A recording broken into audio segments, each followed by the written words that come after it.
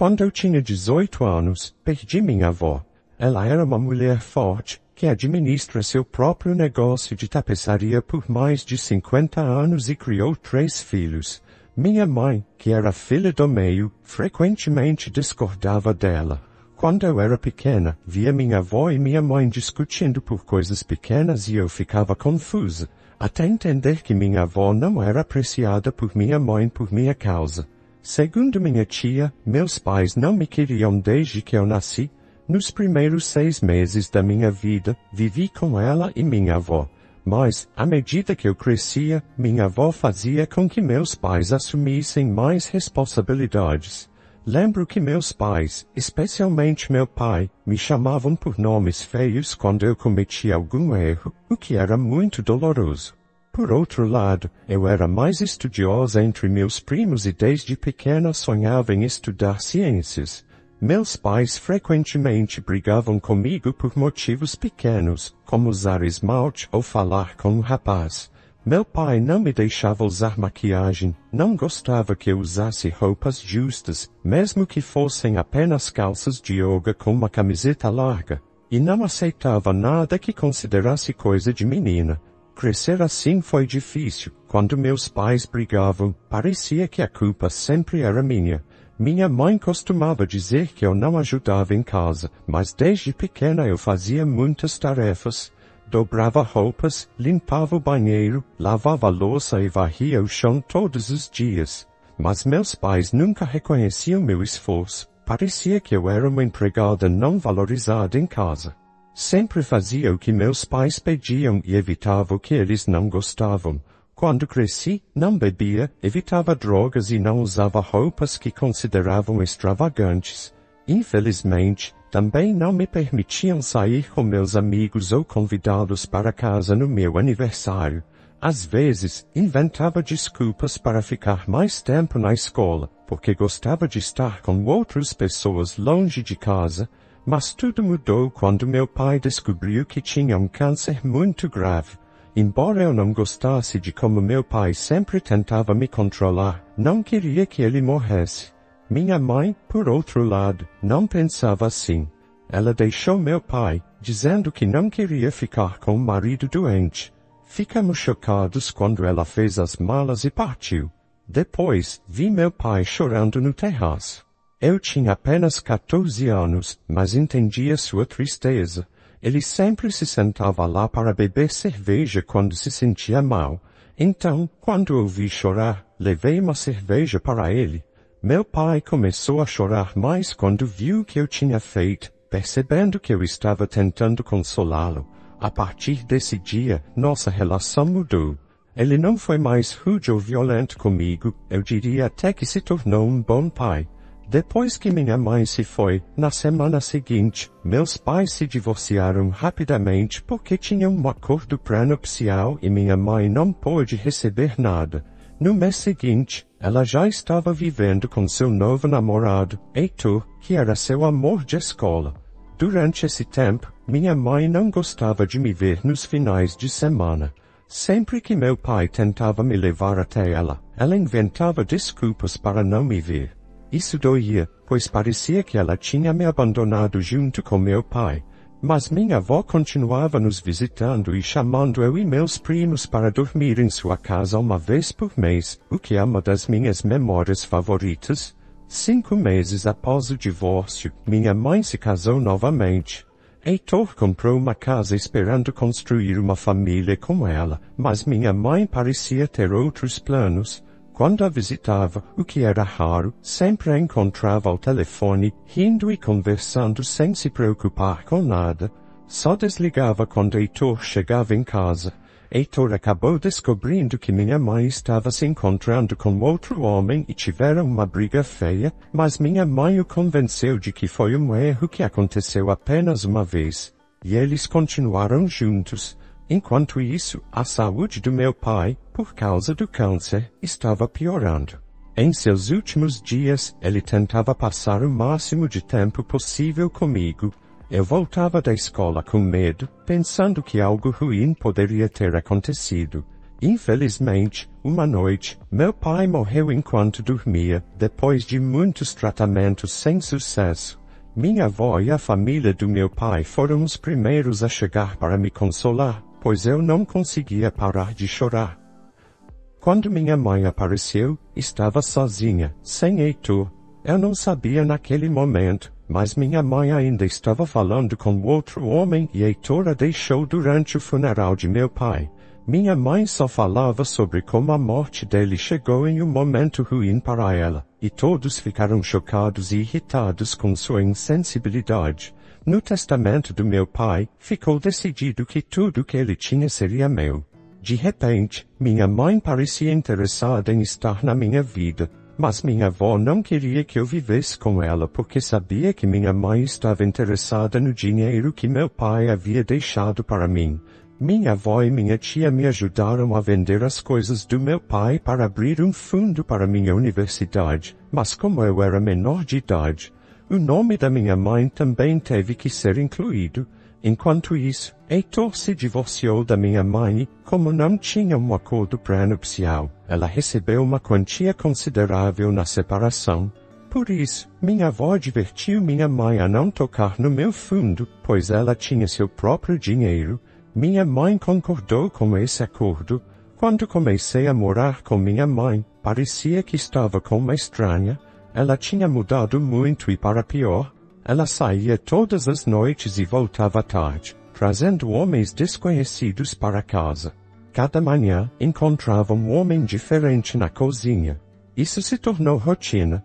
Quando fiz 16 anos, minha mãe me apresentou ao seu terceiro marido. Desde o início era óbvio que eu não gostava dele, era grosseiro e sempre me criticava. Quando falava sobre isso com minha mãe, ela o confrontava, o que só o fazia agir de forma ainda mais errada, principalmente quando meu irmão, Davi Luca, nasceu. Minha mãe começou a dizer que ele, o Gilberto, era uma boa pessoa no fundo, mas tinha dificuldades para se expressar. Ela pedia para eu não guardar rancor e tentar entendê-lo. Gilberto, por sua vez, demonstrava muito amor por Davi Luca, meu irmão. Minha mãe me dizia várias vezes que não tinha nada em comum com Gilberto, mas casou com ele pensando em ter uma família estável. Isso não era verdade, já que viviam brigando, especialmente após o nascimento de Davi Luca. Gilberto não queria que minha mãe passasse tempo comigo e a gritava se não estava perto de Davi Luca. Ele dizia coisas horríveis para mim, como desejar que eu tivesse morrido com meu pai ou que fosse morar com minha avó, porque queria que Davi Luca recebesse todo o amor e atenção. Era doloroso e exaustivo viver com eles, onde claramente não era querida. Sempre que eu tentava perguntar para minha mãe por que ela ficava com ele, ela evitava o assunto. Um dia, minha mãe e Gilberto nos deixaram com minha avó para sair com amigos. Isso começou como algo ocasional, mas logo eles começaram a sair quase todos os fins de semana. Normalmente, me pediam para cuidar de Davi Luca, mas naquela noite eu precisava estudar para um exame, então nos deixaram na casa da avó. Eu adorava estar lá, minha avó fazia comidas deliciosas e eu podia estudar em paz. Davi Luca brincava no chão da sala. Minha avó tinha dito aos meus pais para voltarem antes das 11 para nos buscar, mas eles não apareceram. Já passava das 11 da noite e eu estava preocupada porque tinha o exame no dia seguinte e precisava colocar Davi Luca para dormir a tempo para evitar problemas com Gilberto. Minha avó ligava sem parar e deixou 3 mensagens zangadas para eles. À meia-noite, Gilberto e minha mãe finalmente chegaram completamente bêbados, rindo como adolescentes. Cheiravam a álcool e ficamos surpresos que tivessem conseguido dirigir até lá sem serem detidos. Gilberto foi até Davi Luca, enquanto minha mãe me ordenava que pegasse minhas coisas para voltar de carro, mas minha avó interferiu. Ela os repreendeu por chegarem tão tarde e por estarem bêbados, o que era perigoso para todos. Disse a Gilberto que não poderia permitir que ele levasse as crianças naquele estado e que deveríamos chamar um Uber para nós e deixar o carro lá. No entanto, Gilberto começou a discutir com minha avó, dizendo que era o pai e sabia o que era melhor para seu filho. A discussão se intensificou rapidamente com trocas de insultos entre minha avó e Gilberto. Minha mãe, claramente embriagada, não dizia nada. Ele sentia a tensão aumentar e pedia para que parassem, lembrando-os que estavam assustando meu irmão, mas não me ouviam. Gilberto continuava gritando e insultando minha avó e a mim, dizendo que nunca gostou de nós, mas nos tolerava por minha mãe. Isso enfureceu ainda mais minha avó, que frustrada ameaçou chamar a polícia.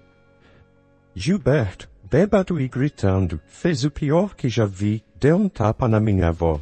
Gritei horrorizado enquanto ele batia em seu rosto. Para com isso, deixa ela em paz, gritei, mas Gilberto nem sequer me olhou, enquanto Davi Luca começava a chorar, claramente traumatizado. Minha avó, segurando seu rosto, gritou para que eu chamasse a polícia. Minha mãe olhava em choque. Mal me lembro do que disse ao operador, porque estava chorando demais, mas a pessoa entendeu e ficou na linha comigo até que a polícia chegasse. Quando Gilberto viu a sirene se aproximando, entrou em pânico e começou a implorar desesperadamente para minha avó não contar o que aconteceu, dizendo que isso arruinaria sua vida e a de minha mãe. No final, Gilberto foi acusado de agressão e levado algemado. Ele continuou implorando para minha mãe ajudá-lo a sair da prisão, mas minha mãe, que até então estava paralisada, começou a chorar e gritar com ele. Minha avó deixou claro para minha mãe que se não se divorciasse daquele homem, ela chamaria o serviço de proteção à criança também, e minha mãe perderia os 2 filhos. Minha mãe simplesmente assentiu, parecendo muito assustada. Depois descobri que Gilberto e minha mãe tinham consumido drogas, além de álcool, naquela noite. Minha mãe não foi presa porque permaneceu calada. Davi Luca e eu ficamos na casa da avó porque eu não queria ficar sozinha com minha mãe. Estava muito decepcionada e traumatizada por ela. No dia seguinte, minha mãe voltou ao normal e percebeu o que seu marido tinha feito. Ela pediu o divórcio e proibiu Gilberto de nos ver. Quando a família descobriu o que Gilberto tinha feito, todos se voltaram contra minha mãe, e com razão. Queriam saber por que ela demorou tanto para agir e por que não viu sinais antes.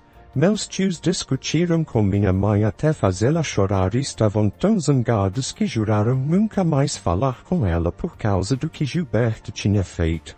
Quanto a Gilberto, como era seu primeiro crime, o tribunal concedeu liberdade condicional. Ele teve que fazer terapia e se manter afastado de nós. Só poderia ver seu filho se minha mãe permitisse e estivesse presente. Ele tentou pedir perdão, mas minha mãe não ouviu e se divorciou dele. Ela conseguiu muito no acordo do divórcio e tem vivido bem desde então. Depois do incidente com Gilberto, eu não quis mais viver com minha mãe e levei minhas coisas para a casa da avó, enquanto Davi Luca ficou com minha mãe. Ela não gostou disso, pois contava comigo para cuidar do meu irmão, mas não podia reclamar comigo por medo de que minha avó discutisse com ela. Este ano, fiz 18 anos e estava muito animada para começar uma nova fase da minha vida, mas os planos mudaram quando minha avó morreu de um ataque cardíaco pouco depois do meu aniversário. Foi algo totalmente inesperado, já que ela não tinha problemas cardíacos. Após o funeral, foi revelado que ela havia feito um testamento, dividindo seus bens entre minha mãe e minha tia, incluindo joias e relíquias familiares que eram bastante valiosas. Meu tio recebeu o carro dela, que sempre gostou. Para meus primos, ela dividiu seu dinheiro para ser colocado em fundos para a universidade. Para mim, deixou sua posse mais preciosa, sua casa. Isso porque eu era muito próxima dela e vivia com ela. Ela não queria que eu voltasse para a casa da minha mãe. Fiquei emocionada e comecei a chorar de felicidade, porque a casa dela significava muitas lembranças felizes para mim. Infelizmente, minha avó não deixou nada para Davi Luca. Não sei se ela esqueceu ou se foi porque ele era apenas meu meio-irmão. Minha mãe ficou muito brava porque achou injusto eu ter recebido a casa. dizendo que valia mais do que as joias. Ela foi a única a reclamar, pois todos entendiam que minha avó nos deixou coisas que merecíamos. Minha mãe também ficou irritada porque Davi Luca não recebeu nada e começou a falar mal da minha avó, chamando-a de egoísta. Eu disse a minha mãe que deveria estar agradecida por receber algo depois do que seu ex-marido fez. Minha mãe ficou ainda mais irritada, dizendo que eu não tinha direito de falar do passado. Então ela sugeriu que eu vendesse a casa da minha avó e fosse morar com ela. Respondi que amava a casa e nunca a venderia porque significava mais para mim do que o dinheiro. Minha mãe insistiu para que eu vendesse, mas mantive minha decisão. Viver sozinha tem sido maravilhoso. Estive cercada de pessoas tóxicas até me mudar definitivamente para a casa da minha avó e nunca havia morado sozinha. Passei muito tempo comigo mesma e fazendo terapia para lidar com a morte da minha avó. Com tudo o que aconteceu, decidi tirar um ano sabático. E agora que sou maior de idade, queria tirar minha mãe do fundo fiduciário. Precisava de sua assinatura para acessar os fundos e removê-la como beneficiária. Então fui falar com ela 2 meses atrás. Ela me apresentou seu novo namorado, Marcos, que parecia simpático, mas muito mais jovem que ela. Ao contrário do ex-marido, eu sabia que não deveria comentar sobre a idade dele. Então pedi para falar a sós com minha mãe, e ela concordou. Eu esperava resolver facilmente a questão do meu fundo fiduciário, já que era o dinheiro que meu pai tinha deixado para mim. Mas minha mãe ficou nervosa quando soube que eu queria removê-la do fundo. Isso me pareceu estranho, e expliquei que esse sempre foi o plano, e agora que tenho 18 anos, queria gerenciar minhas próprias finanças. Ela se recusou, dizendo que eu era muito jovem e que, como não iria para a universidade naquele ano, não precisava remover ela. Sua atitude começou a me fazer suspeitar, mas ela insistiu que eu poderia procurá-la quando começasse a universidade. Depois de passar um tempo com Davi Luca, fui sozinha no caminho de volta para casa e percebi que minha mãe poderia estar usando o dinheiro do fundo. Embora parecesse improvável naquele momento, decidi consultar um advogado para entender os termos do fundo. O advogado confirmou que minha mãe precisava assinar para eu acessar o dinheiro, mas poderia verificar o valor atual. Foi assim que descobri, através do banco, o que minha mãe tinha feito. Não só tinha retirado dinheiro do fundo em pequenas quantias ao longo dos anos, mas também tinha esvaziado a conta recentemente. Senti-me horrorizada, como se o chão tivesse desaparecido sob meus pés. A traição foi profunda, deixando-me lutando com um sentimento de traição e incredulidade. Me afetou muito o que minha mãe fez. Passei dias chorando e sem entender por que ela faria algo assim. Agora fazia sentido que ela não quisesse ser removida do acesso ao fundo. Sabia que se a confrontasse, ela negaria ou inventaria uma desculpa. Sentia que precisava ensinar-lhe uma lição. Por coincidência, minha mãe, sem saber que eu estava ciente de sua traição, ligou para dizer que ia se casar de novo. Ela falava emocionada sobre como Marcos era o escolhido, o que quase me fez revirar os olhos, porque era o que ela dizia de todos os outros homens. Ela me contou que ia fazer uma grande festa de casamento para celebrar seu amor com Marcos. Queria gritar e brigar com ela por ser uma mãe horrível e por ter roubado meu dinheiro, mas fiquei calada, querendo me vingar. Como ela estava planejando um casamento, vi a oportunidade perfeita para elaborar um plano. Organizei uma reunião familiar para reunir meus primos e parentes de confiança e contei tudo para eles. Mostrei os documentos de como minha mãe tinha retirado dinheiro do fundo para a universidade que meu pai deixou para mim e como tinha esvaziado quando soube que eu poderia acessá-lo. Ao compartilhar a magnitude da traição, a família ficou tão chocada quanto eu quando descobri.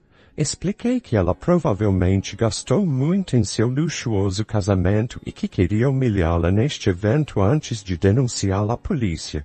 Meus tios ficaram horrorizados que minha mãe pudesse fazer algo assim e prometeram me apoiar.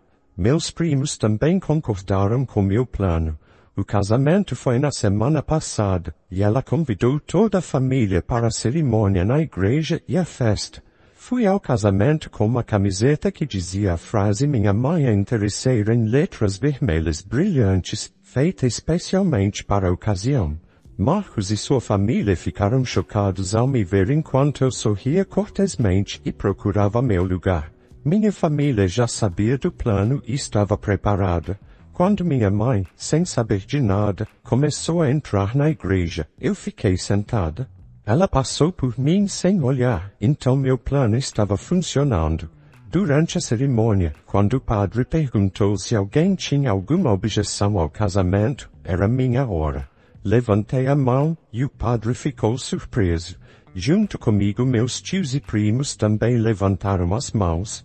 Minha mãe e Marcos nos olharam horrorizados. Eu me levantei, e minha mãe viu as palavras na minha camiseta, ficando vermelha de vergonha.